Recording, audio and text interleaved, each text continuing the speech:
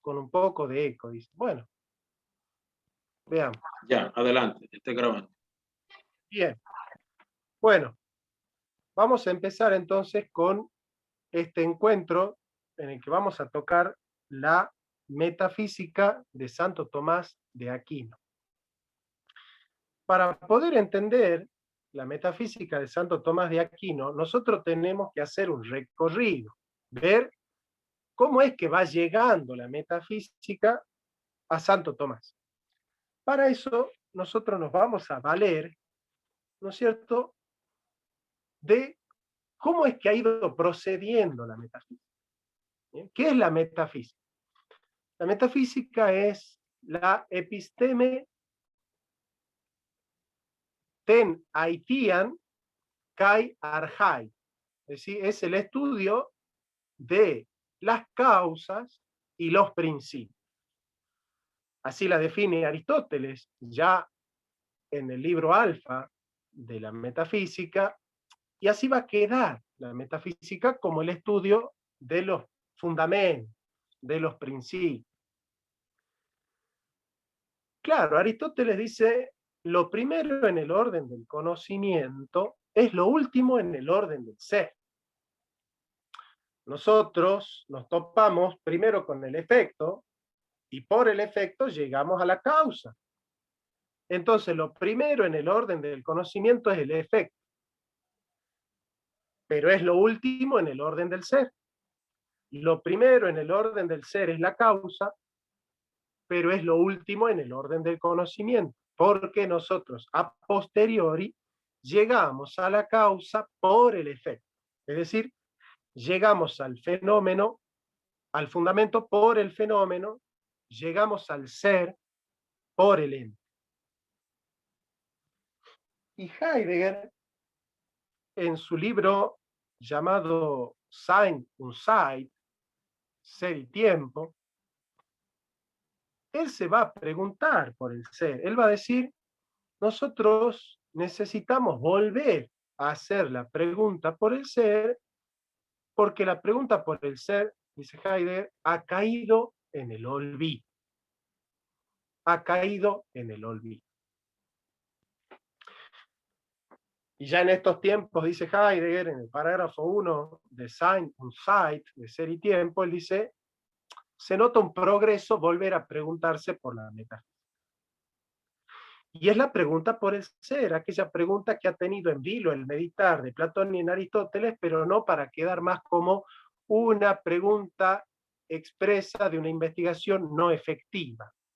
Es decir, se cancela la necesidad de reiterar expresamente la pregunta que interroga por el ser.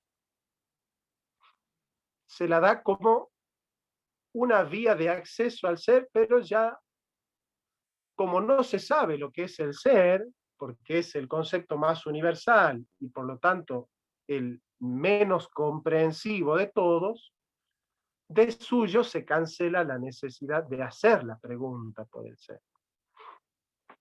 Pero Heidegger dice, el tema fundamental de la metafísica es la pregunta por el ser.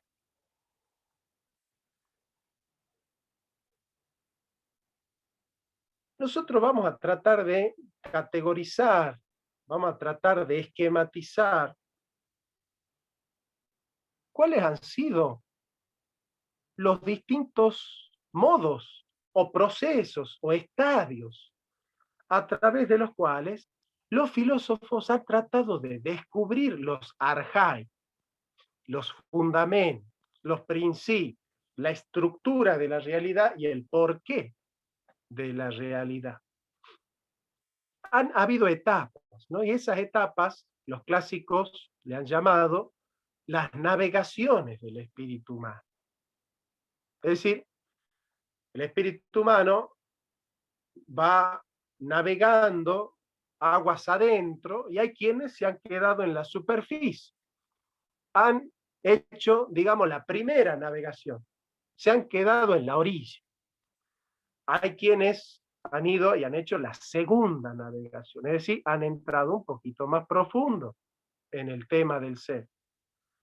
Y hay quienes han hecho la tercera la cuarta navegación, ¿no es cierto? Y la quinta navegación, que ese es ya el que ha llegado a descubrir todo de la metafísica, ¿no? El que ha hecho la quinta navegación. Entonces nosotros vamos a hacer, para llegar a nuestro Santo Tomás, un estudio de las navegaciones, ¿cierto? Aristóteles, en el libro Alfa de la Metafísica, va a sostener que aquellos que primeramente han concebido la pregunta por el ser, que él después la va a expresar en el libro Lambda y Gamma de la Metafísica, bueno, son los físicos, los fisiólogos, los físicos, los fisiólogos, que para Aristóteles son aquellos que se preguntan por la causa material, por la Hyle, ¿no es cierto? Por la Aitia Hyle, la causa material.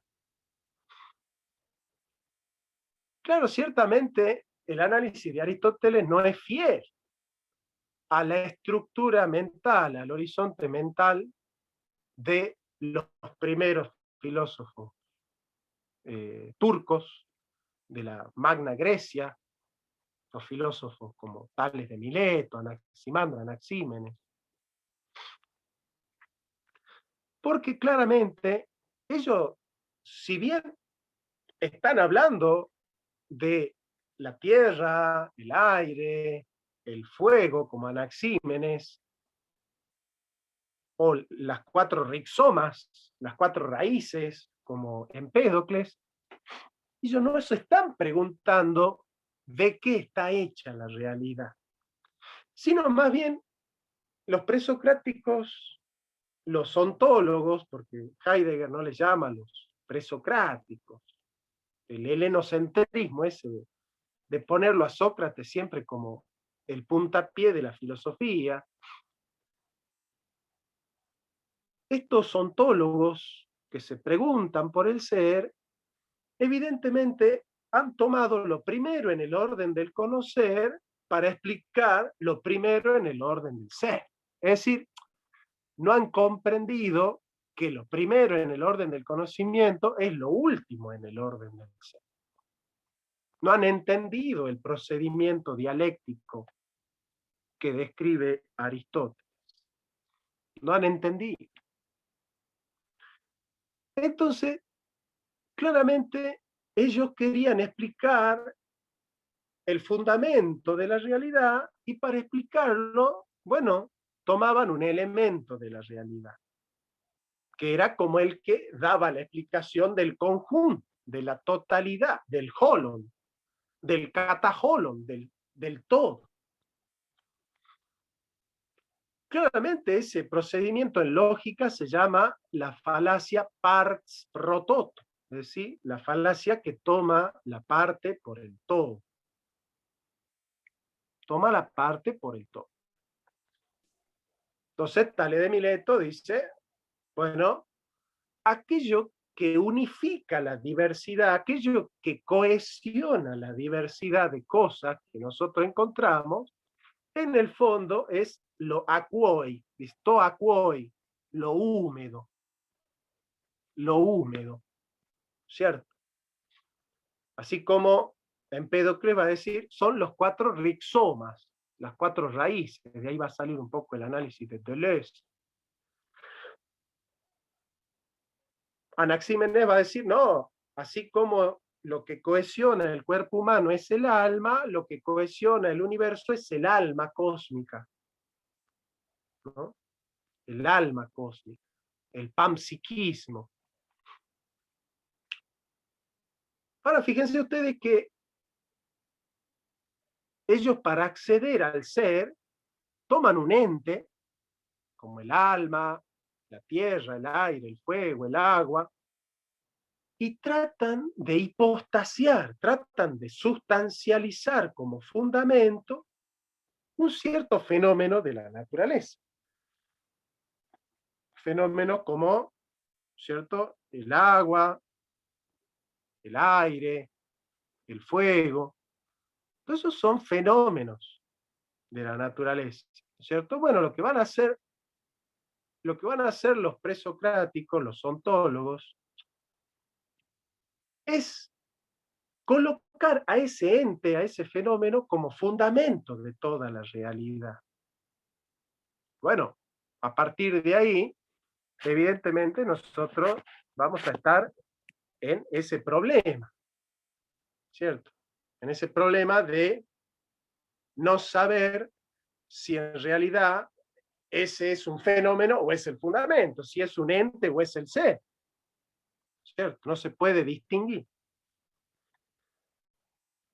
Esa es la primera navegación, diría Aristóteles, ¿no? Donde aquellos se preguntan qué es el fundamento de la realidad, pero para descubrir el fundamento de la realidad se preguntan por un elemento de la realidad y lo maximizan el fenómeno como fundamento o ponen el ente como ser o colocan el efecto, uno de los efectos como causa, digamos, ¿no?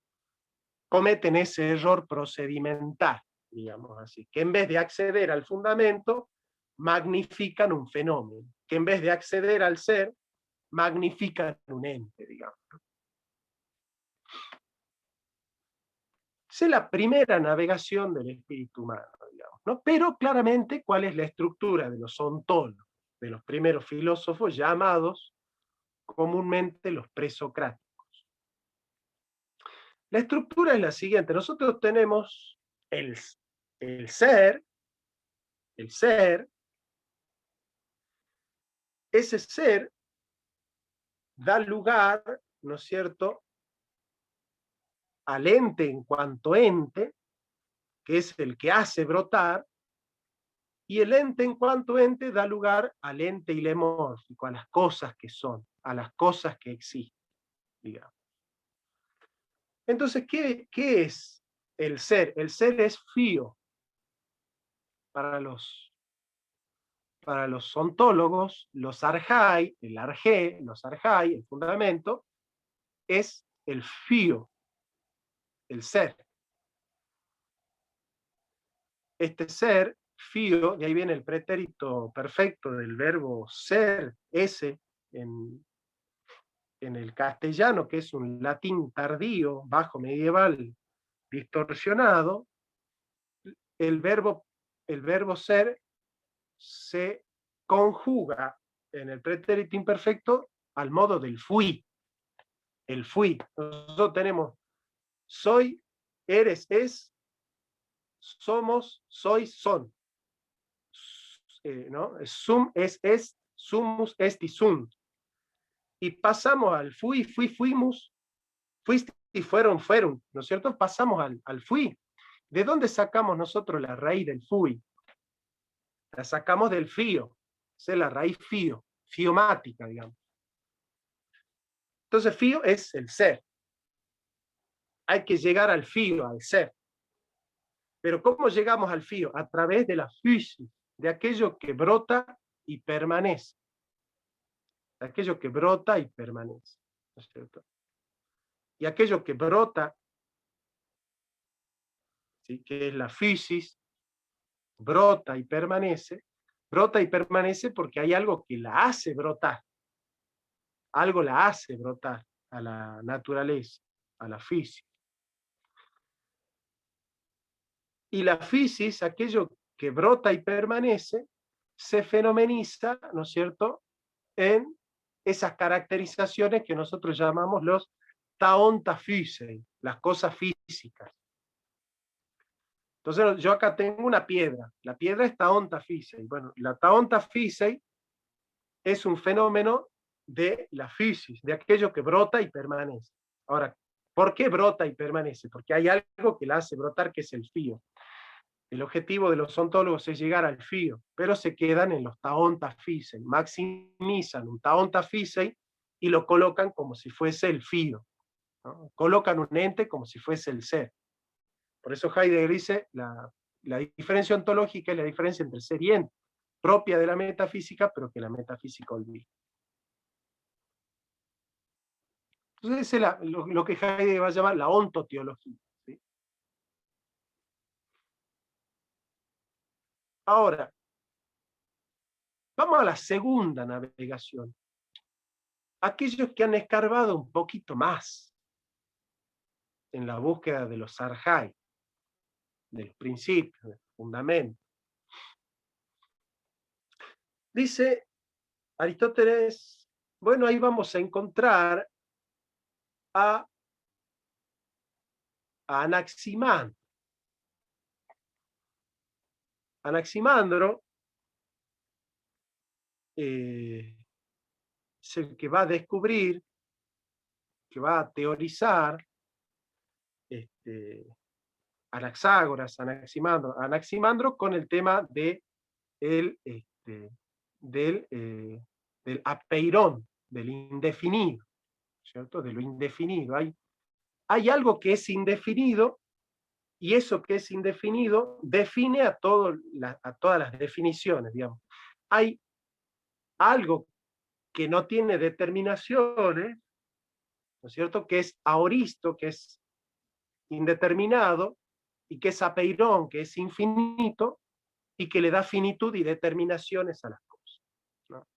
Eso que es indeterminado, infinito, no tiene nombre, no tiene esencia, no tiene determinaciones, por lo tanto es incognoscible, dice Anaximandro.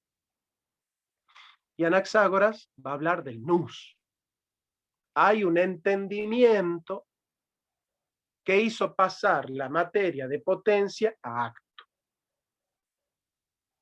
¿Y cómo le llama Aristóteles al agente por el cual la potencia se actualiza? Dice Aristóteles, nada pasa de potencia a acto sino por un ser en acto.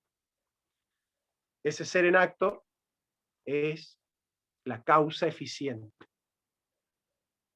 Es el móvil, aquel que hace mover la materia y le da forma, ¿no es cierto? Porque los dioses para los griegos no son creadores ex nihilo, como para los cristianos, sino que poiúmenos, significa formarlo al universo. Formarlo significa darle forma. Porque para los griegos, la hyle, la materia, era eterna, aion. Como la materia es eterna, entonces no hay creador de la materia. De la materia, de los efluvios, han surgido los dioses, ¿no es cierto? La teogonía, esto explica muy bien Hesíodo y Homero, y estos dioses que han ido surgiendo de las sutilezas de la materia, han ido espiritualizándose, desmaterializando, ¿no es cierto? Y ganando forma, inteligencia, espiritualidad, y fueron ordenando la materia, le fueron creando el cosmos, ¿no es cierto? Por eso al principio es la teogonía y de ahí surge la cosmogonía. Digamos, el cosmos, el orden del universo fue dado por los dioses. Con lo cual esa pregunta que nos hacemos nosotros, cristiana, leyendo Bereshit, esta idea del bará, del crear, Bereshit, bará, Elohim, de Hashamayim, de Haaretz, de Haaretz, Taitá, Tohu, Babohu, Belahosher, Hal, Penei. Esta idea de hay un creador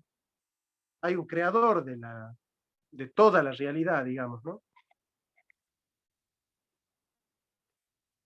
Hay un creador de toda la realidad. Para los griegos no hay un creador de todo. Los dioses no son creadores de todo, de la materia, la forma, causa eficiente, causa final. A los griegos los dioses son o causa formal, cuando son medio panteístas, o causa eficiente, como Platón, el demiurgo de Platón en el Critias y en el Timeo.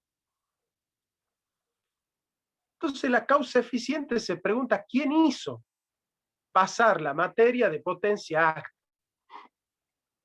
¿Quién le dio forma al universo? Esa es la pregunta que se hace la causa eficiente. Esa es la segunda navegación de la metafísica, preguntarse quién fue. ¿Quién fue? ¿Quién fue el que hizo pasar la materia a acto?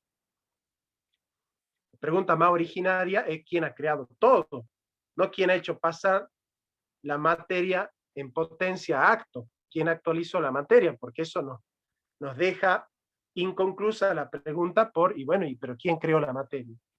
No, la materia es eterna. Bueno, entonces ya la sustancia última es la Hyle, la materia, y eso es Aristóteles. Es el problema de Aristóteles, que no pudo remontarse a la quinta navegación. Entonces ya tenemos la primera navegación, que se queda en los elementos físicos, naturales, y los maximiza, sin llegar al fundamento, se queda en el fenómeno como Hyle, como materia, como elemento hipostasiado.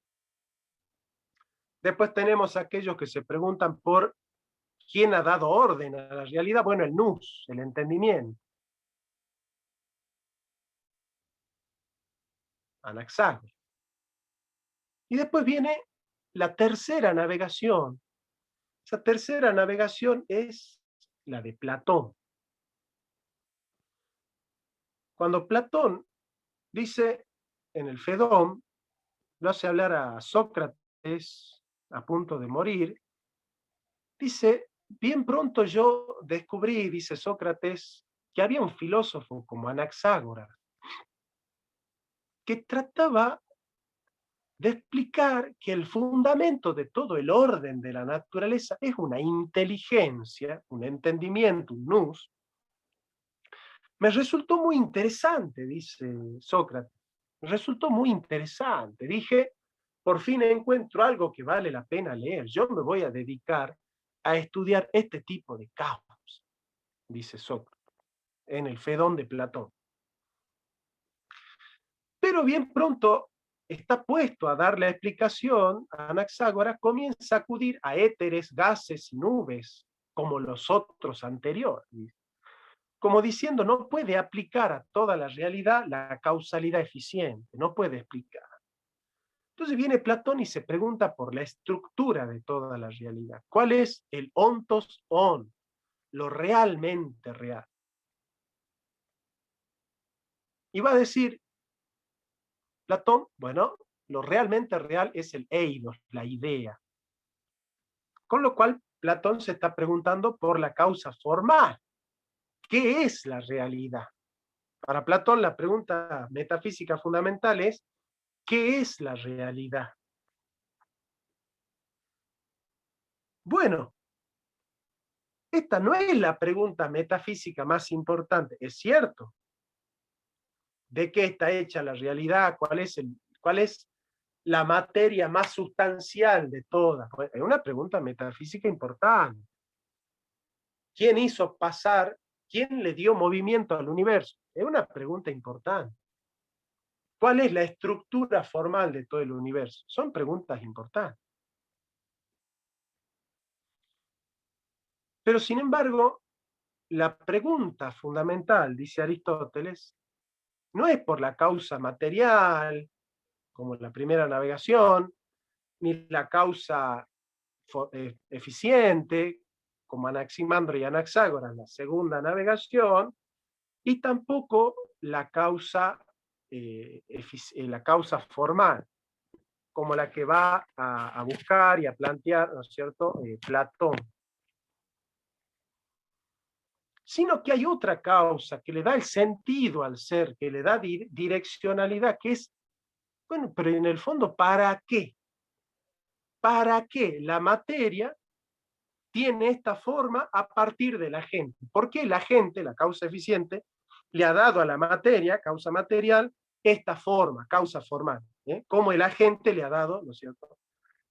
Si para qué el carpintero hizo del árbol una guitarra. Esa sería como una metáfora. ¿Para qué el agente eficiente hizo de la materia esta forma?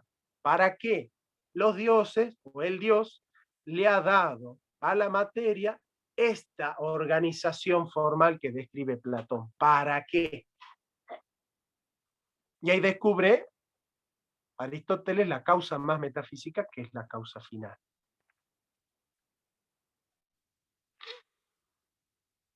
Bien, pero a nosotros nos interesa la pregunta por el fundamento de la realidad y nos damos cuenta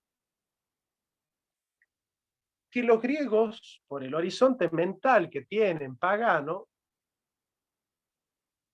poiúmeta, creación para ellos no es ex nihilo, no es creación de la nada, no es hacer de la nada el todo, sino que es formarlo al universo, con lo cual los griegos nunca se van a preguntar por la causa total. La causa total es por qué hay ente y no más bien solo el ser. Y cuando nos preguntamos por qué hay ente, nos preguntamos por el ente material, la forma del ente, la causa eficiente del ente, aquello que lo hace mover al ente de potencia acto, y la causa final, el para qué, el sentido del ser, la direccionalidad del ente. Bueno, el horizonte mental cristiano dice, hay un ser que explica en sí mismo todas esas preguntas. Ese ser es la causa total, esa es la noción de creación. Ahí el creador es el que ha movido, el que ha creado la materia, el que ha movido la materia a acto a través de la forma y que direcciona a todos los entes hacia sí mismo. Es decir, vienen de él y van hacia el éxito y el rédito. Todas las cosas vienen de Dios y van hacia Dios. Con lo cual, el horizonte mental judeo-cristiano nos otorga el concepto de causa total de creación. Con lo cual ya podemos hacer la quinta navegación. Preguntarnos, no por qué las cosas son de este elemento y no del otro, o qué es la realidad en sí misma, o quién la movió, está muy bien. Pero nos tenemos que preguntar por qué. ¿Por qué lo hizo? ¿Por qué hay entes si pudiera existir solamente el ser? Entonces yo me doy cuenta que la piedra es, el árbol es, el cielo es, los números son, el amor es, la cultura es, todo es. O sea que me doy cuenta que las cosas se resuelven en el es. Bueno, ese es un nombre, es una idea o es una realidad. Esa es la pregunta. Cuando nosotros decimos que todas las cosas son, por lo tanto todo se resuelve en el ese es solo un nombre, es solo una palabra, es solo una idea o es una realidad. Y ahí viene nuestro Santo Tomás de Aquino. Acá está, en Santo Tomás de Aquino, y él dice, efectivamente ese no puede ser una nómina, un nombre, porque si no, no sería real el movimiento. Es decir, una palabra no puede hacer de la materia el acto, no puede actualizarla a la materia, no puede darle sentido a la materia una palabra. No tiene sentido. Es más que una palabra, es una idea tampoco. Las ideas no mueven a las cosas. ¿Qué es? Una realidad. Bueno, ¿cómo va a llegar Santo Tomás a descubrir ese ser que es auténticamente real, que es el más real, que es el único verdaderamente real, o fundamentalmente real, y que explica al ente en su totalidad? No su materia, no su forma, no su movimiento, no su finalidad, sino lo explica al ente completo. Explica por qué hay ente, para qué hay ente, qué es el ente, de qué está hecho. Hay un ser en el cual se resuelven todas esas preguntas. Pero nosotros dijimos que vamos a llegar al ser por el ente. ¿Cómo vamos a hacer? ¿Qué tal? ¿Me escuchan bien? ¿Me entienden bien? ¿Quieren abrir el micrófono y hacer alguna pregunta? Me gustaría verlos un poco, a ver si se muestran un poco. Bueno, Lisette nos dice que está bien. Ahí está Pablo. ¿Cómo vamos? ¿Se va entendiendo? ¿Quieren que hagamos un repaso? ¿Quieren que les que les explique alguna cosita. Daniel, ahí está Daniel, Néstor, a ver si los puedo ver un poco, a ver. Ahí está. Estefano, Néstor. Bueno, a ver, aquí.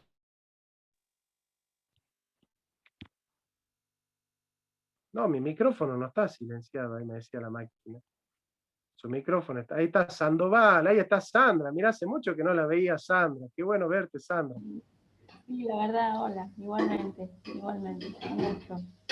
Un abrazo, ahí está Carlos, Gracie. Bueno, qué lindo tenerlos. Renato, Carlos, Cristóbal, Santiago. Estefano, Jeremías. Bueno, Jeremías es el que amablemente nos presta, ¿no? Esta posibilidad. Boris, Lisette, Mati, Pablo, Walter, Víctor. Bueno, acá está el sector de los escondidos. Acá no han dado la cara, mira, ¿eh? Galich, mi amiga María Eleonora, Mariela, Marti, Zaida, Carlos. Estos no están dando la cara acá, ¿eh? Bueno. Diego. Bueno, acá nos está viendo un filósofo muy bueno, amigo mío, Gunther se llama, él está ahí presente. A ver si querés prender un poco la cámara, alguna, así te ven un poco.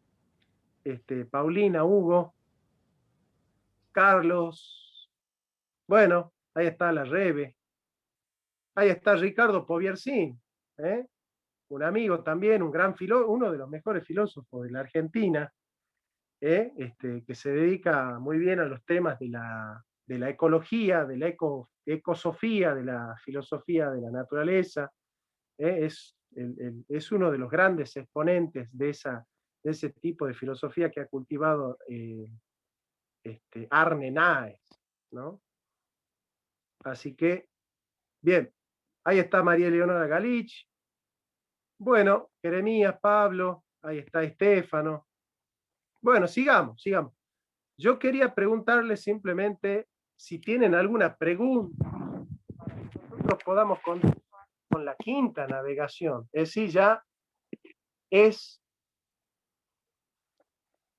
propiamente Santo Tomás de Aquino, pero había que hacer este recorrido para entender por qué es que Santo Tomás de Aquino es el que resuelve la pregunta por el ser, es decir, la causa total de la realidad. ¿Se entiende? Bien, seguimos entonces. Nosotros dijimos que la pregunta fundamental de la metafísica es la pregunta por el ser. Es la pregunta por el ser. Pero claro, efectivamente Heidegger, Santo Tomás de Aquino, se dan cuenta que nosotros nunca nos topamos con el ser puro, así de frente.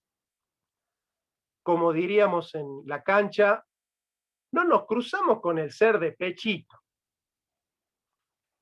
¿No es cierto? Es cierto que la piedra es cierto que el hombre es cierto que el árbol es cierto que la idea es cierto que toda la realidad es. Pero nunca nos topamos con el es. Nunca nos topamos con el es. Siempre nos topamos con el siendo. ¿Se entiende? Por ejemplo, nos topamos con las cosas que se dedican a hacer. Por ejemplo, este tarro de una marca que no la voy a decir, bueno, está haciendo, porque todo lo que está es, pero no todo lo que es está. Es solo el español tiene esa capacidad de desplegar la diferencia ontológica en el lenguaje, porque el verbo to be no distingue entre ser y estar. El verbo sein, en alemán, no distingue entre ser y estar. El verbo l'être, en francés, no distingue entre ser y estar. El español es maravilloso porque puede desplegar la diferencia ontológica en el lenguaje. Eso es muy importante, esa es la ventaja que tenemos los hispanohablantes con respecto a los de otra lengua, que no nos tenemos que enredar para hacer la diferencia ontológica porque sabemos que todo lo que está es, pero no todo lo que es está. Pero claro, si nosotros nunca nos topamos con el es puro, siempre nos topamos con el siendo, con aquel que de alguna manera está ejerciendo en acto segundo el acto primero de ser. ¿Cierto? ¿Cuáles son los actos segundos? Los actos segundos son las operaciones. Por ejemplo, Pablo está con el celular, ahí está entretenido con el celular. Bueno, ese es un acto segundo. Es un acto segundo. Néstor está comiendo. Ese es un acto segundo. Provecho, Néstor, provecho. Está comiendo el espíritu, porque no solo de pan vivir el hombre, pero está comiendo pan también. Así que, provecho, Néstor, querido.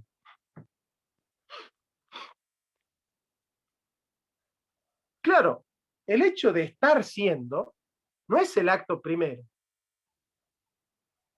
El estar siendo, ¿qué es? En la distinción de los ontólogos entre el fío, la physis y los taonta physei.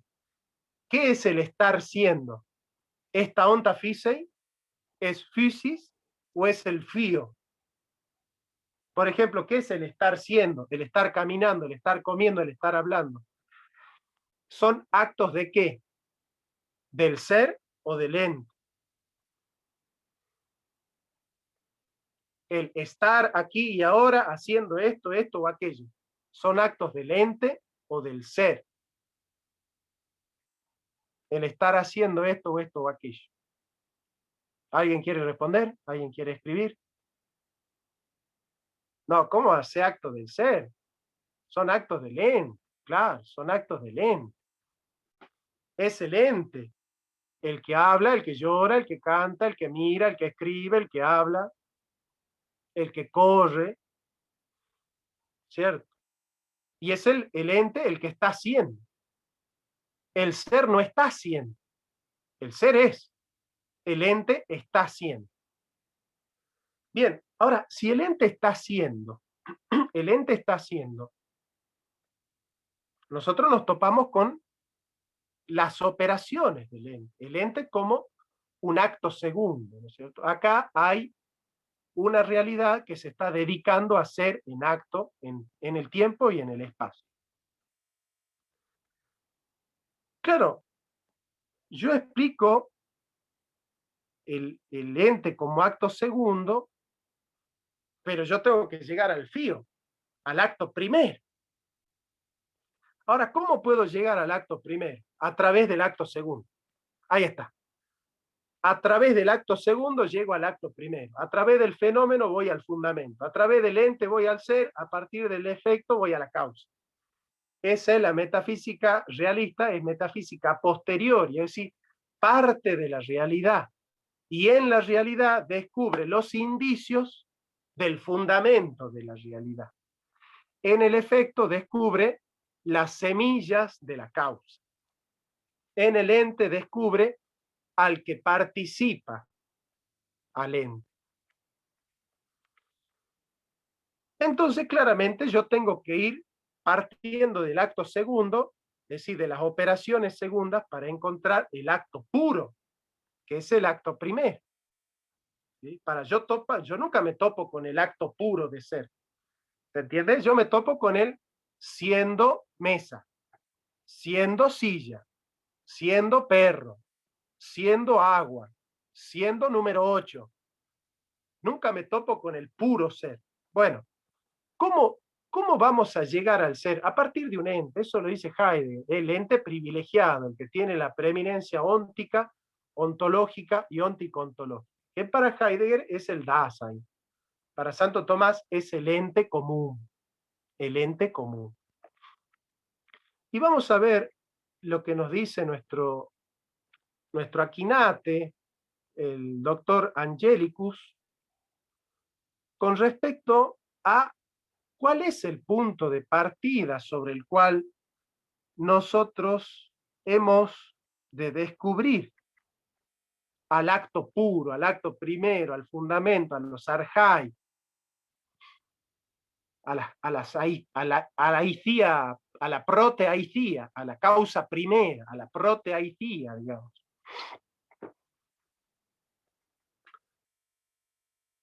Nos dice Tomás de Aquino, ¿sí? Nos dice Tomás de Aquino en De Veritate,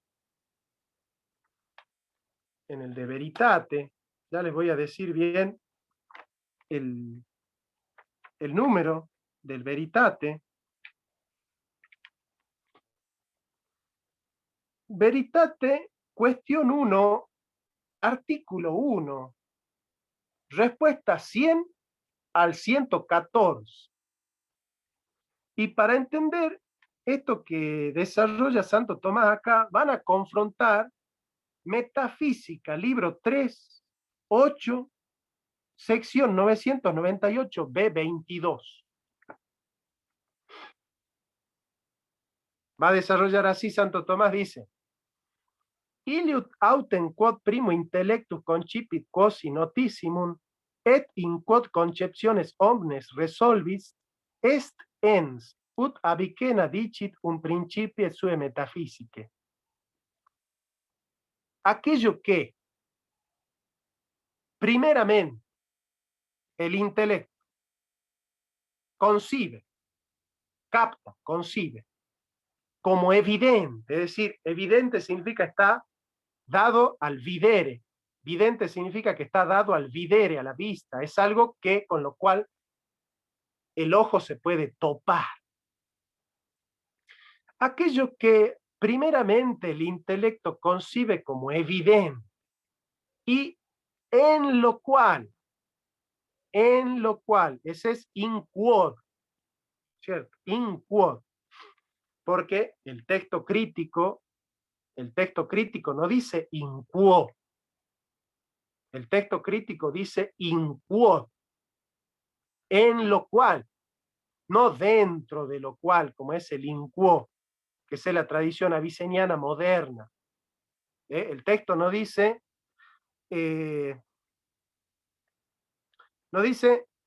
Ilut autem quod primo intellectus concipit quod notissimum et in quo.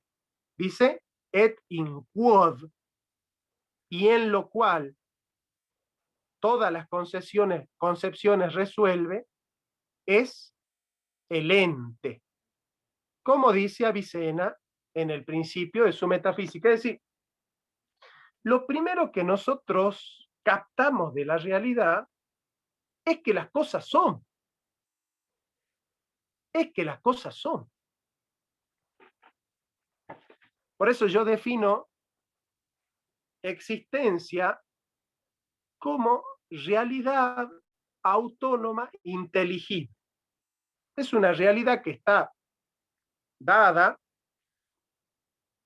efectiva, es efectividad autónoma, es decir, no depende de las categorías del entendimiento ni de las categorías de la voluntad. Es decir, que haya cosas ahí afuera no depende de la operación mental del hombre. ¿Ah?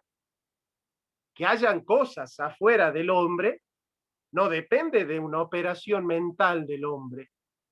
Que haya cosas ahí afuera de mi subjetividad no depende de una operación de mi voluntad. Si las cosas están ahí afuera, pero no por algo que haya hecho el sujeto. Están ahí afuera y punto. Cuando nosotros las conocemos como ya estando ahí afuera. Uso adentro y afuera como cartesiano, pero es simplemente un modismo, digamos, ¿no? Porque me va a escuchar Poviersin, que es experto en filosofía contemporánea, es ¿qué es esto de adentro y afuera? Digamos, sí, en la fenomenología no hay ni adentro ni afuera, como en Derrida, ¿no? En Nietzsche. Entonces, esta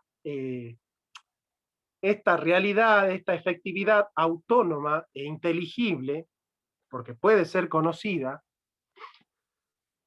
es el punto de partida. Nosotros, antes de descubrir que Néstor es un hombre adulto, nosotros sabemos que Néstor está, que Néstor existe. Eso es lo primero que capta el intelecto, es que las cosas son. Después nosotros nos preguntamos qué son, pero el intelecto sabe que son. capta que son. Y después se pregunta qué son, con acento en la E, el qué son. Entonces, ¿qué es lo primero que captamos de la realidad? Y que las cosas están siendo. Quiere decir que cierta comprensión del ser habita ya en cada comprensión del ente, porque cada vez que comprendemos un ente, lo comprendemos como siendo, como participando del ser, como siendo parte del ser. Ahora, si resulta que todo ente en el fondo es, quiere decir que la única vía de acceso racional al ser es a partir de las cosas que son. Es decir, volvemos a los ontólogos. Para llegar al fío, tenemos que acudir a la fisis, pero solo nos topamos con la fisis a partir de un taonta fise. De un taonta fise. ¿Cuál es el taonta fise de Heidegger? El Dasein, el ser ahí. El ser ahí es el ente privilegiado a través del cual nosotros podemos explanar la pregunta por el ser en general. Pero Aristóteles va a decir, perdón, Santo Tomás, ya voy a decir por qué el furcio vale. Santo Tomás va a decir, no hay un ente privilegiado en cuyas categorías nosotros resolvamos al ser. Porque la noción de Santo Tomás es el ens comune, es el ente común, no es un ente privilegiado, sino que es el ente común. ¿Por qué?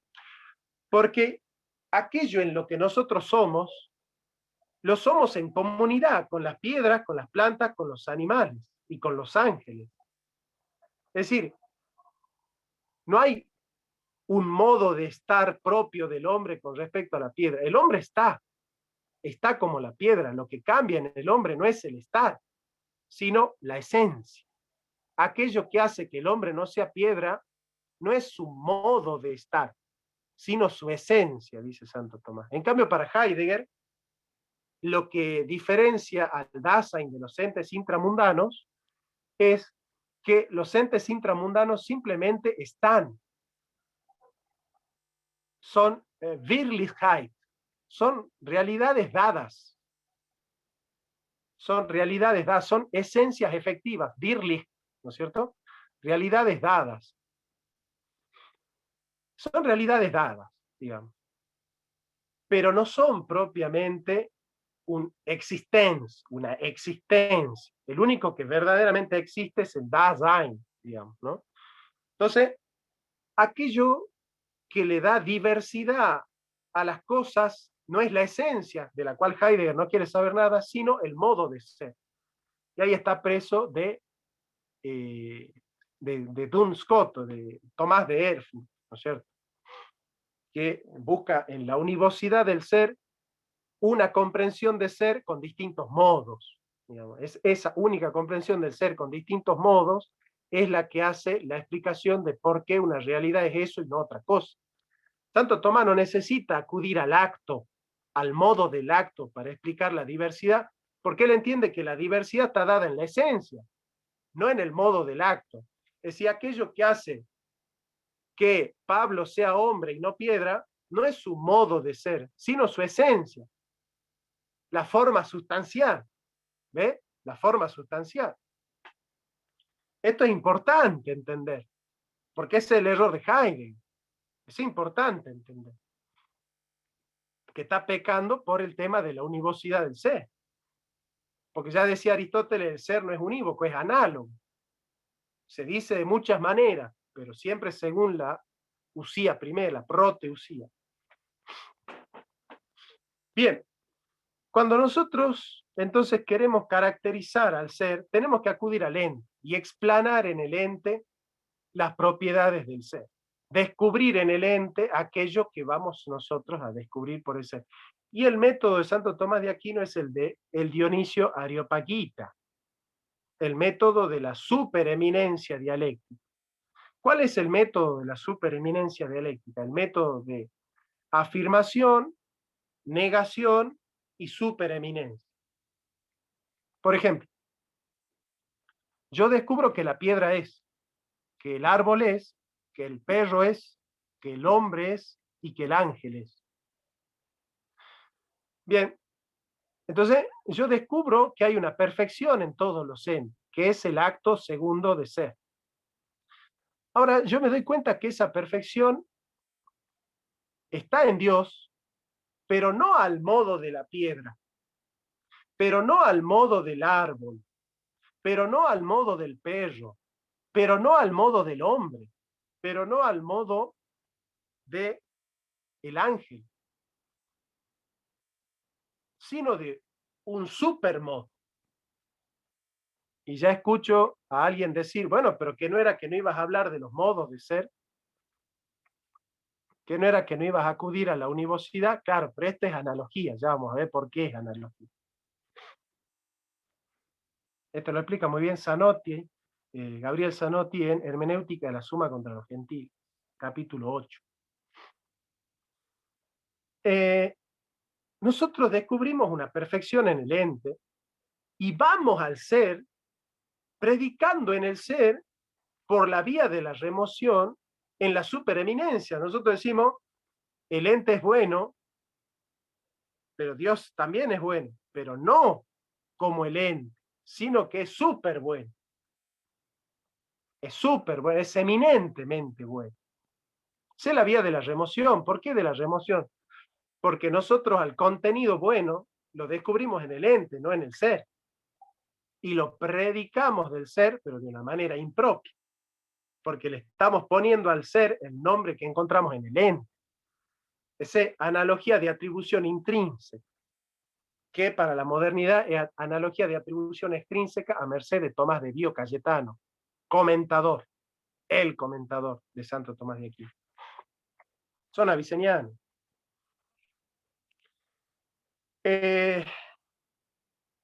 Bien, ahora nosotros queremos la vía resolutiva del ser. Queremos encontrar la vía resolutiva del ser, ¿no? Y la vía resolutiva del ser es encontrar qué es lo más propio del ente. Porque si es el ente el que nos va a llevar al ser, nosotros tenemos que descubrir lo más propio del ente, aquello que le es lo más constitutivo del ente. Porque esa es la única manera de llegar al fundamento. Si llegamos al fundamento a través del fenómeno, tenemos que descubrir en el fenómeno lo más fundamental. Si vamos a llegar a la causa a través del efecto, tenemos que descubrir en el efecto la causa total. Si vamos a llegar, ¿no es cierto?, al ente a través del ser, pues tenemos que descubrir el acto de todo acto. ¿Y cuál es el acto de todo acto? ¿El acto de caminar es el acto de todo acto? ¿El acto de cantar es el acto de todo acto? No. ¿Cuál es el acto de todo acto? El acto de ser, ¿verdad? Bien, ahora, ¿cómo es entonces que el ente es, pero sin embargo nos damos cuenta que pudiera no haber entes, porque una de las características del ente es la contingencia? ¿Sí? ¿Qué ente es ontológicamente necesario? ¿Qué ente es, digamos, imposible que no sea? Es posible que no haya hombres y es posible que no haya hombres, ¿no es cierto? Es posible que en algún momento no exista la raza humana y no estamos lejos, ¿no?, de que desaparezca la raza humana del planeta Tierra. En cualquier momento, un capitalista aprieta un botón, no queda ni el loro acá, ¿no es cierto? Pero es posible que el hombre no exista. Entonces quiere decir que la existencia del hombre no es necesaria, el hombre no es un ser necesario. Puede ser como puede no ser. Bien, si nosotros nos topamos con el acto de ser, pero no con el puro acto de ser, con el acto puro, con el acto primero, nunca nos topamos con el acto puro primero, sino que nos topamos con el ser, pero el ser siendo esto o aquello. Yo me topo con el ser, pero no con el ser puro, sino con el ser piedra, con el ser guitarra, con el ser cama, con el ser mueble, con el ser libro, con el ser vela, con el ser estrella. O sea que yo ya me lo topo al ser, pero fragmentado, limitado, siendo esto, pero no aquello. ¿Se entiende? ¿Se entiende o no? A ver, háganme así, pónganme sí, ok, sí entendemos, bien. ¿Se entiende? Nos topamos con el ser esto o aquello, nunca con el ser puro, sino con el ser piedra, ser pavo, ser gato, ser loro, ser hombre, ser mujer, ser historia, ser número, ser círculo. ¿Y por qué está fragmentado el ser que nos topamos nosotros? ¿Por qué nos topamos con seres que son contingentes? ¿Por qué nos topamos con seres que están limitados, que son finitos? ¿Por qué están fragmentados el ser? ¿Por qué nos aparece fragmentado, limitado? Casi vamos a decir así, nos aparece caído. Caído como siendo esto o aquello.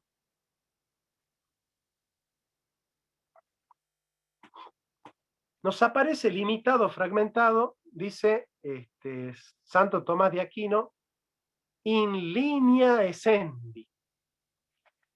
In linea essendi. O sea, nos topamos con el acto de ser siempre fragmentado por la esencia. O sea, limitado, reducido a hacer esto o aquello.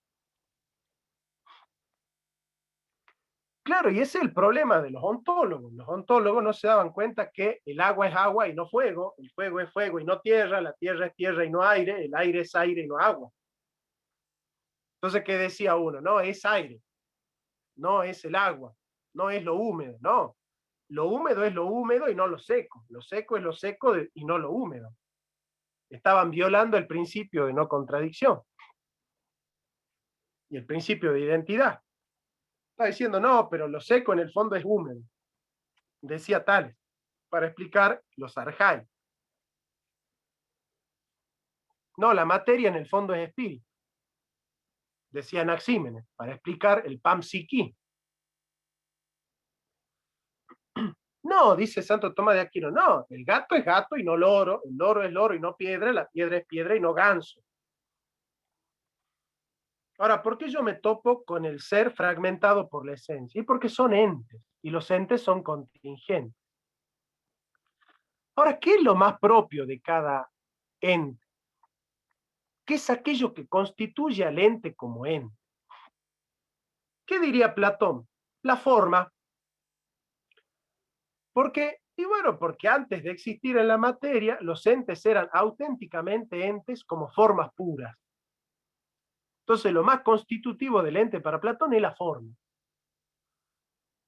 La forma. Lo más constitutivo de Aristóteles, ¿qué es? La materia, porque es protegible, es materia prima, es la materia desde la cual la forma sustancial se actualiza por el agente, que es la causa eficiente, hacia su destino, que es la causa final. Pero Santo Tomás de Aquino va a decir, ¿qué es lo más propio del ente?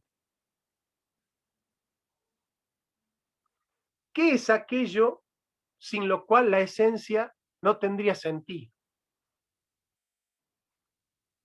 El acto de ser. Porque la esencia se mueve en su entelequia al modo del 100. Al modo del 100. Quiere decir que el acto constitutivo por el cual la esencia es esencia, ¿ven? La esencia es el acto de ser. Es decir, hay esencia porque hay un acto de ser por el cual la esencia es, y es lo que es, digamos. Entonces, el acto más propio del ente no es la esencia es la causa formal del ente, pero no es la causa total. Si nosotros decimos que, digamos, la explicación total del ente es su forma, entonces caemos en el platonismo. Eso somos neocantianos. Ese es el problema de la modernidad. Caen en el esencialismo porque no quieren encontrar el acto puro. Entonces hacen explicaciones formalistas, ¿no? Entonces, ¿cuál es el onto son? Y bueno, las condiciones de posibilidad del sujeto trascendental, el esquema categorial, son formalistas. ¿Por qué? Porque no quieren la vía resoluta del ese intensivo extensivo real.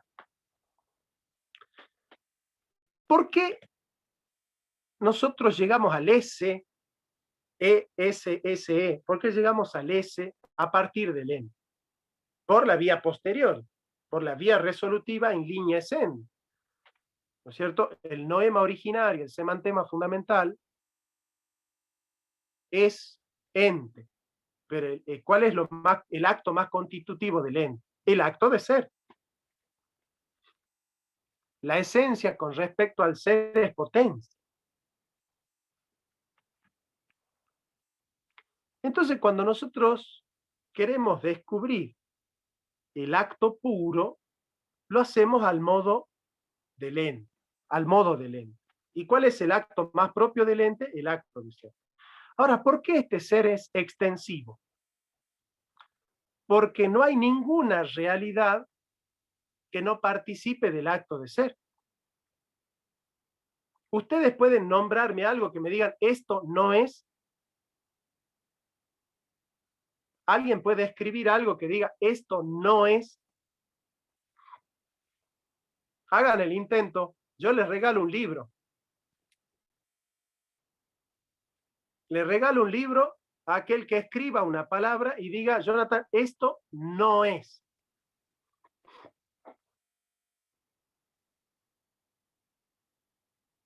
¿Quién se anima a escribir algo y me diga, mira, Jonathan, yo estoy seguro que esto no es? No que no existe, sino que no es lo mismo, ¿no?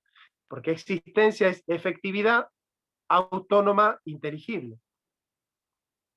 Pero yo no hablo de efectividad, hablo de realitas, de realidad.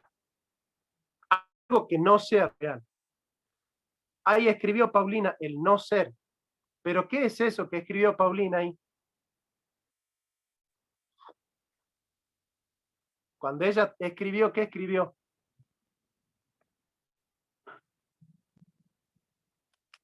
¿Escribió qué? Una palabra, ¿sí?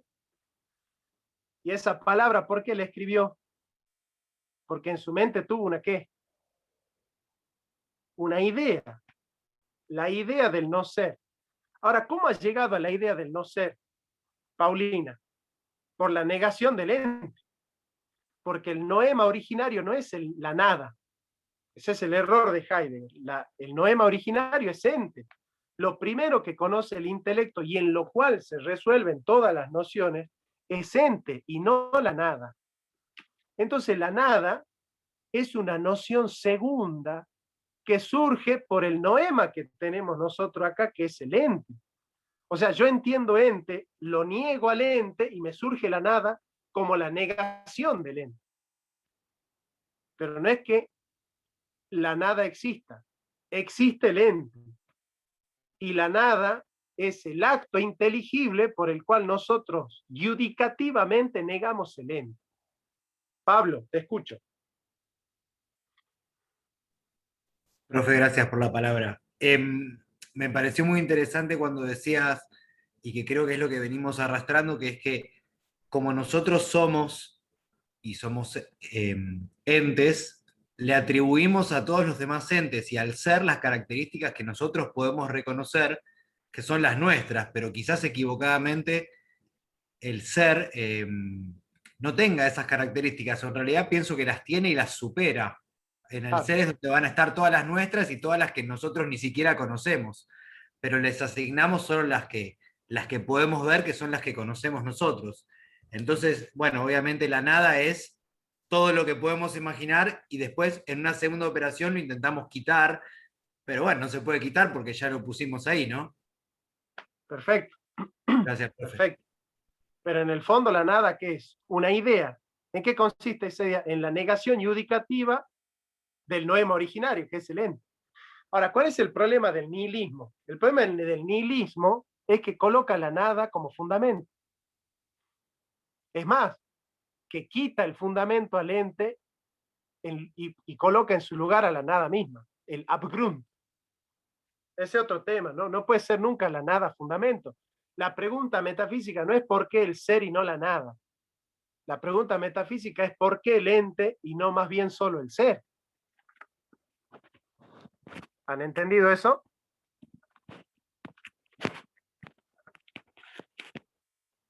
O sea, la pregunta fundamental de la metafísica es ¿por qué el ente y no más bien solo el ser? O sea, ¿por qué nos topamos con el ente fragmentado, con el ente limitado, con el ente fraccionado, pero nunca con el puro ser? ¿Por qué nos topamos con el ente limitado y no con el puro ser? Esa es la pregunta metafísica. Bien. Nosotros queremos resolver entonces si el ser, ese acto de ser, es extensivo a todos los entes. Y la verdad que sí, porque no existe ningún ente que no sea. ¿Verdad?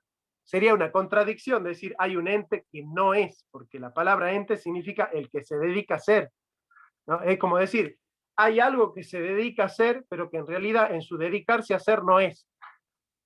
Eso sería decir, ¿no es cierto?, que hay un ente que no es, digamos, ¿no? Entonces todos los entes son, ¿verdad? Bien. O sea que el acto de ser habita en todos los entes, penetra la profundidad de todos los entes, porque todos los entes son en el seno del ser. Y no solo porque son, sino porque son lo que son, es decir, son lo que son y son porque habitan en el ser, porque no existiría la idea de triángulo si no existiría el triángulo como una idea que es, no existiría el hombre bueno si no existiría la bondad como una predicación que es. Claro, no es al modo de la efectividad ilemórfica como el hombre, pero es al modo de la inteligibilidad como idea divina. Como idea divina. ¿Cierto? Hola. Sí, Néstor. Pero en el tema de la creación de la nada, ahí no aparece la nada. No, pero la creación de la nada significa que Dios no tomó algo que ya existía para hacer lo que existe. Eso significa. Pero de la nada significa eso, que no tomó una materia prima. ¿Entiende? Sí. Creó la materia, la creó de la no materia. No es que él tomó materia que ya existía y le dio forma. Él creó la materia de la nada material, es decir, no había materia y empezó a haber materia de la nada. O sea, no había materia y comenzó a haber materia. Eso significa de la nada material. Obviamente que Dios crea desde su potencia creadora. Su potencia creadora no es nada, es algo, es poder actual, es acto puro. Cuando se dice creatio ex nihilo, se dice ha creado de la nada material. No había materia y creó la materia, ¿entiende? De la nada material. Es en contra de las religiones paganas que sostenían que los dioses solamente han dado forma a la realidad, pues no han creado la materia, ¿entiende? Pero en ese caso, la nada es una idea. La nada es el acto intelectivo por el cual se niega el noema originario, que es el ente. Eso es metafísica, digamos. Ahora, es extensivo y es intensivo. ¿Qué significa intensivo? Que es el acto más propio del ente. Y sí, es el acto más propio del ente, porque todo ente es ente en cuanto que está haciendo, y está haciendo porque él, en su estructura contingente, participa de un ser necesario. En su estructura finita, participa de un ser infinito. En su estructura imperfecta, participa de un ser perfecto. Él, que es ente por participación, participa del ser que lo es por esencia. Es decir, hay un ente que no es necesario, pero que participa del ser que sí es necesario. ¿Se entiende? ¿Por qué? Porque si el ser del cual todos los entes contingentes participan, él también participa de otro, él también es contingente. Entonces ya no podría ser la causa primera. Y si él tiene explicación por participar de otro ente, entonces él no es la causa primera, es la causa segunda. Y se remonta al primero. Ahora, si ese primero en realidad participa de otro, ya no era el primero, es el segundo. Entonces ya no es el necesario, es el contingente. Entonces, para romper la cadena de contingentes y de seres finitos e imperfectos y móviles, hay que rastrear al inmóvil, al perfecto, al eterno, al acto puro, al que no tiene mezcla de potencia, porque no es compuesto de materia y forma, acto de ser y esencia. Es acto puro porque es perfección pura. Pablo, dale. Creo que, o bueno, a lo que me lleva lo que comentás es como finalmente, como en la religión hebrea, al cual finalmente a Dios no lo podés nombrar, porque si lo nombrás, lo estás haciendo en función de algo más, y estás diciendo es esto y no aquellas cosas, entonces no sería el último y sería contingente, porque sería relativo, entonces como que finalmente es como es un silencio que decimos, bueno, cuando tenemos que nombrar a ese, vamos a hacer silencio, porque igual cualquier palabra no sería, faltarían un montón de cosas. Bueno, por eso en Baikra, en el Éxodo 8:44, dice Dios, yo soy el ser. Yahvé, soy el que soy. 3:14, Éxodo 3:14. Yo soy el que soy. Bueno, es el ser, es intensivo, porque todo lo que hay en el ente está penetrado por el acto de ser. Piensen ustedes, el alma del hombre es forma sustancial. Eso no es. Miren la enunciación. El alma del hombre es forma sustancial. El cuerpo es principio de individuación. La teleología es causa final. O sea, cada parte constitutiva del hombre es, por lo tanto, cada parte constitutiva del hombre está penetrada, ¿por qué? Por el acto de ser. Entonces, ¿hay algo del hombre que no sea? ¿Hay algo del hombre que no sea? Entonces, ¿cuál es el acto más propio de todo el hombre entero? El acto de ser. O sea, el acto de ser es el más extensivo, puesto que todos los entes son, y es el más intensivo porque todo el ente entero es. O sea, todo lo que habita en el ente es, de alguna u otra manera, pero es. Entonces, el acto de ser es el más extensivo, puesto que no hay ningún ente que no sea, y es el más intensivo porque es el acto de todo acto, porque todo acto segundo participa del acto primero, es decir, el hombre canta como siendo, habla como siendo, camina como siendo, ríe como siendo, sueña como siendo, niega como siendo. Entonces, el acto de ser es el acto más intensivo, es el acto más propio de todo ente. Y es real porque no es un nombre, porque no es una idea, es real, es acto puro, es real. Es el S intensivo, extensivo, real, es real. No es un nombre, no es una palabra, no es un flatus voci, no es un nombre, no es una idea, no es un entendimiento, no es una intelección, es real. Es real. ¿Y por qué? ¿Y por qué este ser decidió participarse en los entes y estar fragmentado en el ente? ¿Por qué? Vamos a ver. Este libro es, sí, este libro es. El acto de ser de este libro es otro distinto al acto de ser puro, o es el mismo acto de ser puro fragmentado por la esencia.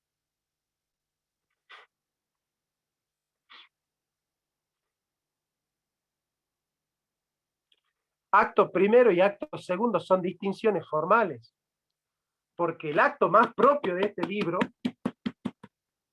el acto más propio de este libro, es el acto puro de ser. A ver si me entienden. Abran la cabeza, por favor, porque van a entender algo maravilloso. Es maravilloso. Y si ustedes lo entienden, se van a emocionar. Porque acá es la parte donde uno se emociona con Santo Tomás de Aquino, porque es evangelio puro. La filosofía más importante es evangelio puro. Acá la veo a mi querida Grace, la veo ahí, pensativa, ¿cierto? Bien. El acto más puro, el acto más constitutivo de Gracie, el acto que la penetra en lo más profundo de lo que ella es en cuanto a su ontología, es el acto de ser. ¿Y saben cómo se llama el acto de ser? El acto de ser que la penetra en lo más profundo de Gracie y que la hace ser, y que la hace ser lo que es y no otra cosa. ¿Saben cómo se llama ese acto que la hace ser y que la hace ser lo que es y no otra cosa? ¿Saben cómo se llama ese acto?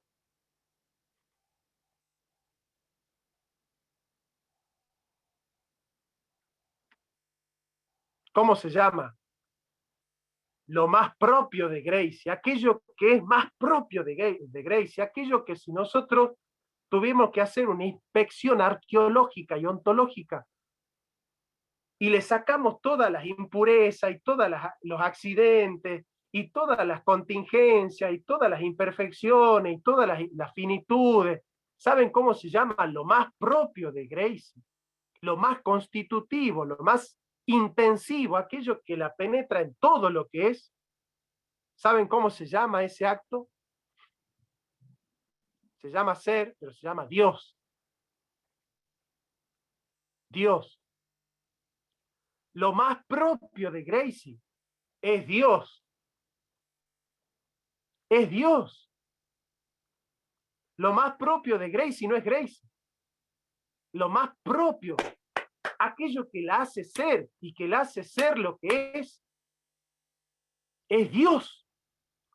O sea que el acto de Gracie es Dios. Gracie, el acto por el cual vos existís es Dios. Vos estás existiendo porque en tu acto está Dios. No es que vos participás del acto de Dios. Es cierto que vos participás del acto de Dios, pero eso no significa que vos tenés un acto y que Dios tiene otro acto. Sino que Dios está penetrando en tu acto de ser para que tu acto de ser sea su acto de ser y para que su acto de ser sea tu acto de ser. O sea que Dios está fragmentado en Gracie. Gracie es Dios fragmentado. Gracie es Dios limitado por la esencia. Gracie es Dios siendo Gracie y no otra cosa. ¿Se entiende? Entonces, el acto más puro, más propio, más intrínseco, más constitutivo, más fundamental de Gracie es el acto puro de ser, que es Dios, que aparece limitado en Gracie por la esencia. ¿Sí? Sí, Pero Néstor. entonces todas las cosas son Dios. Entonces todas las cosas son Dios fragmentado. Sí, y sí. Sí. Dios no En es eso, en eso está indiferenciado, es decir, es tanto Dios fragmentado Gracie como la computadora. Claro, en distintos grados de perfección. En distintos grados de perfección. No es el modo de habitar Dios la piedra que el modo de habitar Dios el hombre. ¿Se entiende? ¿Dónde habita más plenamente Dios? ¿En el hombre o en la piedra? Suponemos que... ¿Cómo sabemos eso? Y bueno, porque Por la fe. La perfección del hombre es mucho más simple y más perfecta que la perfección de la piedra. O sea, es más compuesta en el sentido de que tiene más predicamentos, es más jerárquica. La piedra es, el árbol es y vive. El animal es, vive y siente. El hombre es, vive, siente y piensa. ¿Quién es más perfecto? El que es y vive, el que es, vive y siente, o el que es, vive, siente y piensa. ¿Quién es más perfecto? ¿Dónde caben más perfecciones? En el hombre, que es, vive, siente y piensa. Entonces, no es un tema de suponer, es un tema de que en el hombre caben más perfecciones que en la piedra. Por lo tanto, Dios habita más plenamente en el ser más perfecto que en el ser más imperfecto, porque la esencia es más perfecta. Bien. Ahora, ¿por qué el ser ha decidido participarse en el ente? ¿Por qué el ser ha decidido habitar en el ente, fragmentarse en el ente? ¿Por qué? ¿Por qué lo hizo? ¿Lo necesitaba hacer para ser Dios? ¿Dios es Dios porque crea? ¿O Dios pudo decidir no crear y seguiría siendo perfectamente Dios y creador? Claro, Dios no es creador porque crea. Crea porque es creador. Dios no es amor porque ama. Ama porque es amor. Todas las perfecciones en Él no están como operaciones segundas, sino como acto puro. La creación en Dios no es una operación, es un acto puro. Es amor. No tiene amor, es amor. No tiene misericordia, es misericordia. No tiene santidad, es santidad. Él es la santidad. ¿Se entiende? No es que la santidad es algo que está añadido a Dios. Él es la santidad. Él es la perfección. Él es la bondad. Él es el amor. Él es la eternidad. ¿Se entiende? A ver, no es que hay algo que se llama Dios y que después hay algo que se llama santidad y que está añadido a Dios. Y después que hay algo que es eternidad y que está añadido a Dios. Y después que hay algo que es amor y que está añadido a Dios. No. Esto no existe. Él es el amor. Él es la santidad. Él es la perfección. Él es la eternidad.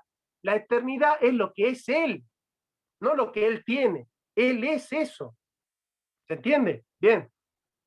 Ahora, ¿por qué decidió Él fragmentarse y participarse en la piedra, en el ganso, en el loro, en el pavo, en el ñandú, en el hipopótamo? ¿Por qué? ¿Por qué decidió Él fragmentarse?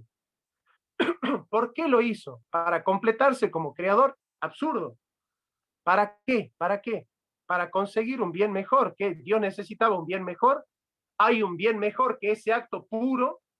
Si Él es la suma de todas las perfecciones, sin mezcla de mal alguno, sin mezcla de falta alguna, ¿qué necesitaba Dios para ser más perfecto? ¿Necesitaba algo? A ver, ¿quién se anima a decir semejante herejía de que Dios necesitó crear para completarse, para tener algo mejor? ¿Hay algo mejor que Dios? ¿Quién dice yo soy mejor que Dios? Dios me necesitaba a mí, necesitaba crearme, yo soy necesario para Dios. Dios sin mí no puede. A ver, ¿quién levanta la mano? ¿Y por qué lo hizo? En Dios hay tres ciencias. Ciencia de puro entendimiento, ciencia de pura inteligencia, la ciencia de visión y la ciencia de aprobación. Ciencia de puro entendimiento, ciencia de visión y ciencia de aprobación. La ciencia de visión es el conocimiento que Dios tiene de los entes en acto puro, pero las tiene como conociendo lo que hace el ente. Lo conoce en acto puro. Por ejemplo, Dios sabe lo que está haciendo Néstor. Dios sabe lo que está haciendo Rebeca, lo que está haciendo María Galich, lo que está pensando Galich, Dios lo sabe. Y lo sabe desde el acto puro, desde la eternidad lo sabe. No es que se está enterando, Dios no es que se entera, lo sabe en acto puro, en eternidad, en un permanente presente perfecto. Lo sabe. No es que lo va a saber, no es que lo está sabiendo, lo sabe. Esa es la ciencia de visión. La ciencia de pura inteligencia es el conocimiento que Dios tiene de todas las realidades, no solo de las realidades que Él decidió poner efectivamente en existencia, que es la ciencia de visión, la que Él conoce lo que hace el existente, sino la ciencia de pura inteligencia es Dios conoce las realidades que ha creado y las que podría crear.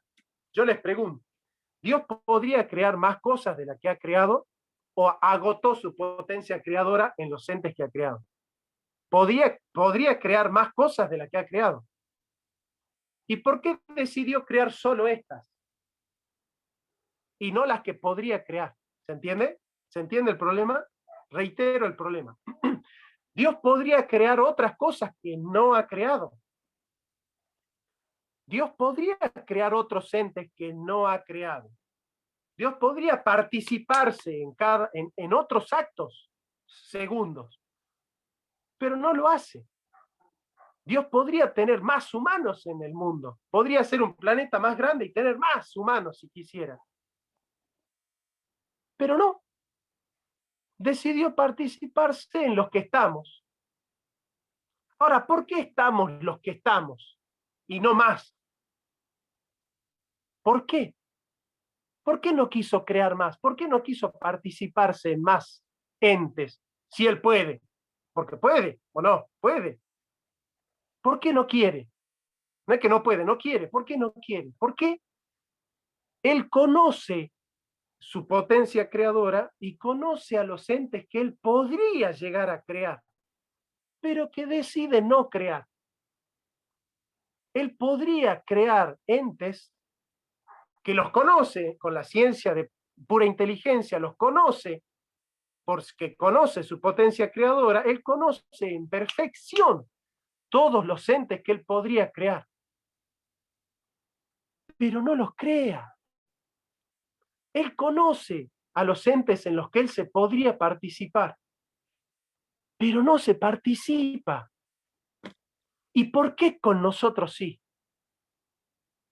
¿Por qué con la piedra sí? Pero ¿por qué sobre todo? ¿Por qué con el hombre sí? ¿Por qué ha decidido fragmentarse en nosotros? Ser el acto más propio de nosotros. Aparecer limitado en la esencia nuestra, dada por Él. ¿Por qué? ¿Por necesidad? ¿Por qué hay entes y no más bien el puro ser? Si el puro ser podía ser enormemente feliz y lleno de gloria, sin necesidad de las criaturas, o ustedes piensan que las criaturas le dan gloria a Dios, gloria que Él no tiene en sí mismo. ¿Ustedes piensan que Dios es más glorioso cuando ustedes le cantan? ¿Ah? ¿Ustedes le ponen gloria a Dios que Él no tiene? Cuando ustedes le cantan, ¿le ponen gloria que Él no tiene? No, Dios no es más glorioso porque ustedes le canten. Dios no es más glorioso porque ustedes pongan la ofrenda. No es que ustedes le añaden gloria a Dios. Cuando decimos damos gloria a Dios, no significa que Dios tiene la gloria que nosotros le damos, porque si nosotros no le damos, Él no las tuviera, no las tendría. Es absurdo. ¿Por qué? ¿Por qué decidió participarse en el ente? ¿Por qué? ¿Por qué decidió crear a algunos si Él conoce a todos? ¿Pero por qué decidió crear a Gracie y no a otros? ¿Por qué decidió crear a Pablo y no a otro? Si hay un montón que podrían existir, pero no existen. Hay 700.000 millones de Pablos que podrían existir y no existen. Y no están. A ver, voy a repasar acá, a ver. ¿Por qué ha creado a Sandoval si podría haber creado a otro, a Santiago, a Cristóbal? ¿Por qué ha creado a Carlos, a Daniel, a Sandra, a Renato, a Jeremías, a Carlos, a Víctor, a Pablo, a Boris, a Mati, a Walter, a Marty, a Zaira, a Gunther? ¿Por qué? ¿Por qué decidió crear a algunos y a otros no? ¿Por qué? Si Él puede crear a todos, si Él podría crear un universo donde están todos, donde quepamos todos, ¿por qué decidió crear a Gracie y no a Candumbita. ¿Por qué? ¿Por qué? Si él puede crear a Candumbita. ¿Por qué decidió Grace? Él dijo Grace. ¿Por qué? ¿Saben cómo se responde a la pregunta más importante de la filosofía? Que es la pregunta, ¿por qué hay entes? Y no más bien solo el ser. ¿Saben cómo se responde esa pregunta? Que es la pregunta más importante de la historia de la filosofía. Boris ya está nervioso. ¿Cómo se responde a la pregunta más importante de la historia de todos los filósofos? ¿Por qué hay entes si pudiera haber solo ser? La respuesta es por amor. Porque te amó. Porque te ama. Porque te ama, él decidió de los entes que él conoce, que podría crear, decidió crear a algunos. Esa es la ciencia de aprobación. La ciencia de aprobación es la ciencia por la cual Dios en el mismo acto conoce, ama y crea. La ciencia de aprobación es la ciencia mediante el cual en el mismo acto Dios conoce, ama y crea. Pablo, Dios no te conoció con ciencia de pura inteligencia. Vos no sos un ente posible para Dios. Sos una realidad autónoma, inteligible. ¿Sabes por qué? Porque Dios te ama.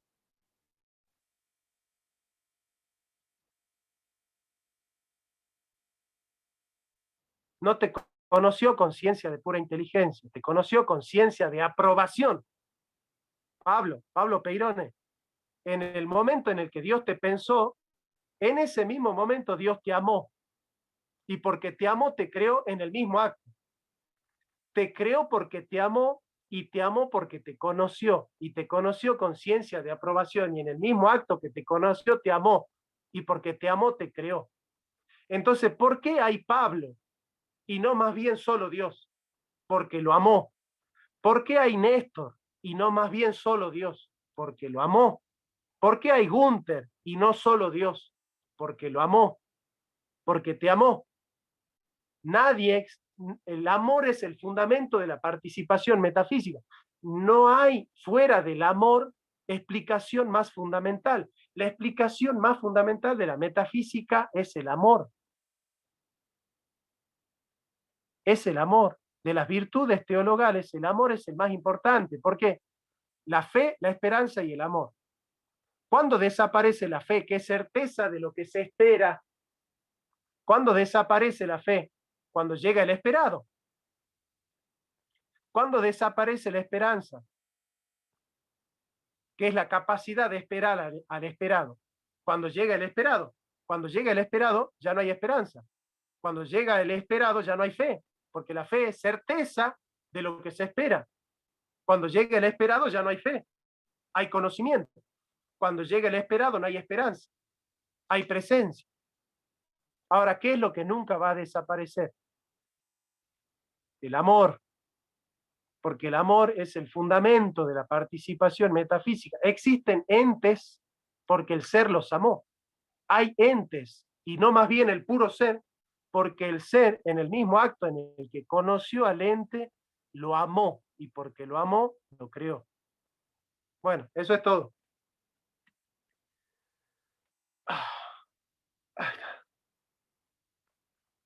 ¿Preguntas?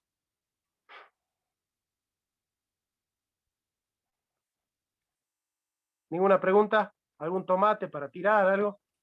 Sí, profe, yo tengo una pregunta. Bueno, a ver. Eh, ¿Cómo explicamos entonces el mal? El mal es ausencia del bien debido. Pero Dios no ha creado el mal porque el mal no existe. El mal es la negación de un bien debido. Por ejemplo, si yo le corto un brazo a Pablo, no es que yo le he añadido a Pablo algo que le faltaba, que es un brazo menos, sino que yo le estoy sacando una perfección que él debería tener. O sea, el pecado no es algo que se suma, es algo que se resta. ¿Se entiende? Entonces el pecado, el mal, no es algo que se suma, no es un añadido, no es algo más, es algo menos. es ausencia del bien debido, es falta. No No es- es, no es el pecado no es algo que sobra en el mundo, es algo que falta en el mundo, ¿se entiende? Entonces no es algo que Dios haya creado. Es que no es criatura, pues, porque no existe, solo existen las criaturas. El mal es la capacidad que tienen los entes libres de destruir la creación de Dios, de corromper las cosas que Dios ha hecho bien. Mm, ok. ¿Entiendes? O sea, si Néstor no tuviese pecado, sería perfecto. Pero Néstor no es perfecto porque tiene pecado. ¿Y qué es pecado? Que hay algo que hace que Néstor no sea verdaderamente Néstor. El pecado consiste en que Néstor se traiciona a sí mismo porque nunca es verdaderamente Néstor. ¿Por qué? Porque hay algo que lo está vaciando a Néstor para que no sea lo que verdaderamente debe ser. Es falta, no es sobra. Es ausencia, no es presencia. Bien, otra pregunta. Profe, ¿me escuchan? Sí, sí, sí. Jonathan, una pregunta. Excelente, excelente clase. No, mira, he dejado de trabajar, de escribir mi paper para pegarme acá porque me encantó realmente. Muchísimas gracias, te lo agradezco. Inclusive me soltaste alguna lágrima ahí al final. Pero, digo, por una cuestión personal, ¿no? De que mi hijo tiene una condición de salud y bueno, anyways. O sea, si el acto del aborto, entonces, de acuerdo a lo que acabas de describir acá, ese es un gran pecado, entonces.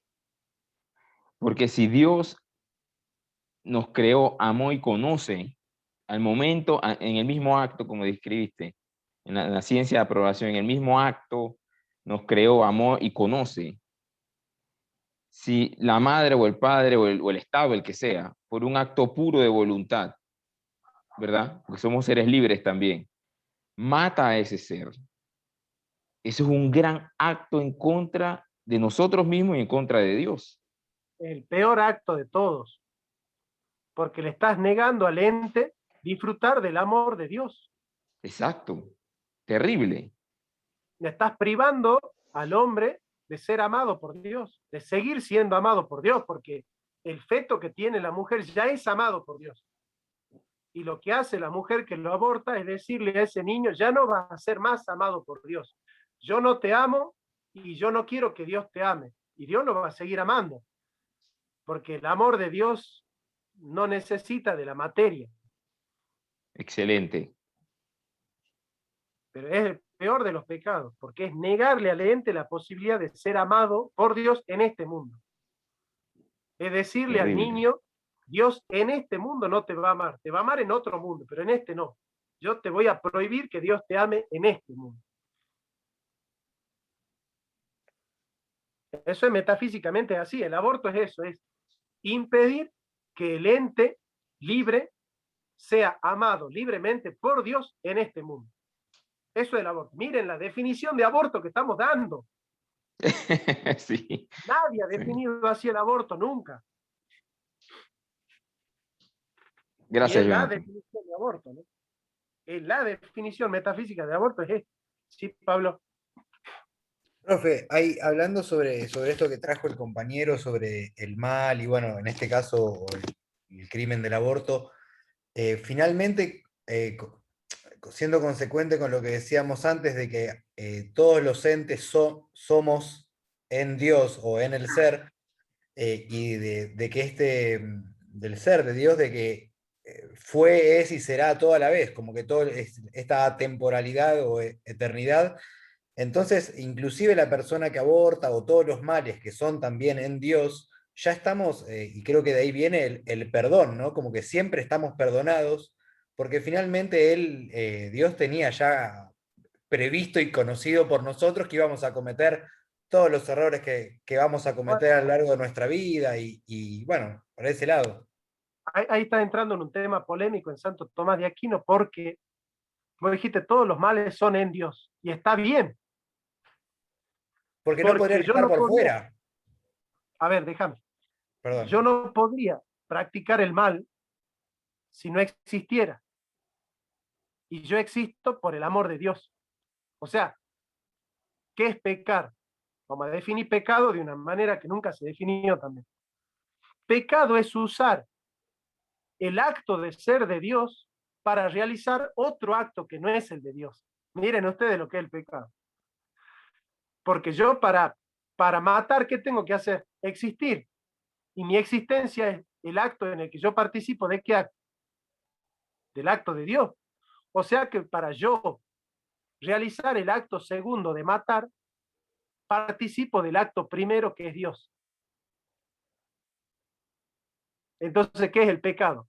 Valerme del acto puro de Dios, que es bondad, para realizar un acto que no es de Dios y que va en contra de Dios. O sea, que en el fondo, en el pecado, el acto segundo va en contra del acto primero. Es la única vez donde el acto segundo va en contra del acto primero. Es en el pecado. El acto primero es el pecado es el acto segundo en contra del acto primero. Miren, nadie definió nunca pecado como ahora. Busquen esta definición de pecado en internet, pongan así, no van a encontrar. Ni Santo Tomás.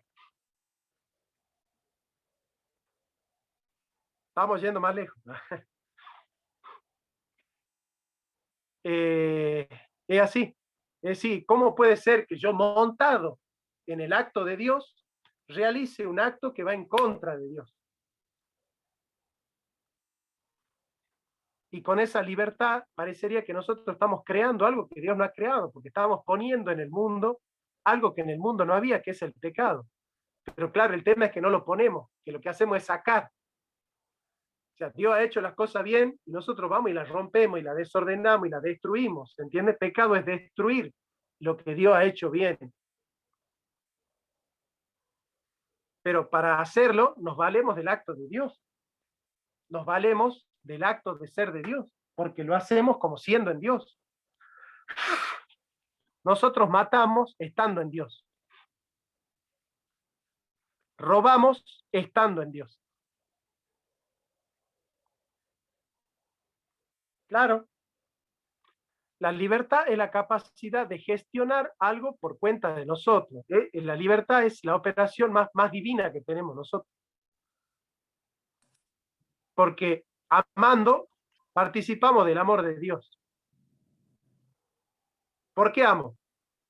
Porque Dios me ama. ¿Por qué vivo? Porque Dios es vida. ¿Por qué siento? Porque Dios siente. ¿Por qué pienso? Porque Dios es inteligente. Ahora, ¿por qué elijo el mal? Ah, ya no puedo acudir a Dios. Ya no puedo acudir a Dios. Quiere decir que hay un acto en el cual el hombre gestiona por sí mismo. Por eso la libertad es el atributo más divino que tiene el hombre, porque el hombre puede hacer un acto que no solamente sea autónomo con respecto al acto de Dios, sino que vaya en contra del acto de Dios. Miren hasta dónde llega la libertad del hombre, que puede hacer que su acto segundo vaya en contra de su acto primero, por el cual él mismo está existiendo y está haciendo lo que es para poder hacer lo que hace. Es tremendo. Profesor, Sí. me recordó algo que usted dijo, cuando estaba explicando Heidegger, usted comentó que probablemente cuando uno muere es el ser para la nada, que probablemente mueras y pertenezcas a una infinita y eterna no existencia. Entonces, cuando uno comete el mal y dice que, bueno, vas a ir al infierno, entonces el infierno se podría decir que es esa negación de Dios, o sea, que es como ese pecado, o sea, el mal es como, se puede decir como la nada, o sea, como la no existencia de algo. Entonces, al tú, y no sé, supongamos, poniendo en contexto el infierno entonces sería esa infinita no existencia. Bueno, me gusta la definición, sí. Es coherente, está muy bien. El infinito, el infierno es la infinita no existencia. Está perfecto. Es el no ser despiadado, el infierno. Es el no ser despiadado. Una nueva definición de infierno le estoy dando. Es el no ser despiadado. Bueno, che, dejen de sacarme definiciones nuevas. Bueno, esta ha sido la clase de hoy de Santo Tomás de Aquino. Dios ha querido que se corte YouTube para poder hacerlo de esta manera, en la que me he sentido mucho más cómodo, así que gracias al Señor hemos podido tener esta clase de esta mejor manera.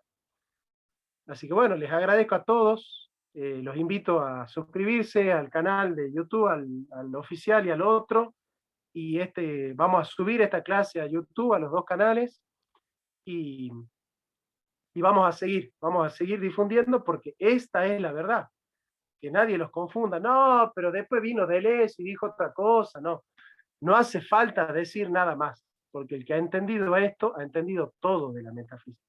Lo único que hay que hacer es aplicar esta metafísica. Saludos, que Dios me los bendiga y nos vemos pronto. Muchas gracias, profe, gran clase. Chao, queridos. Dios me los bendiga. Chao, chao. Hasta luego.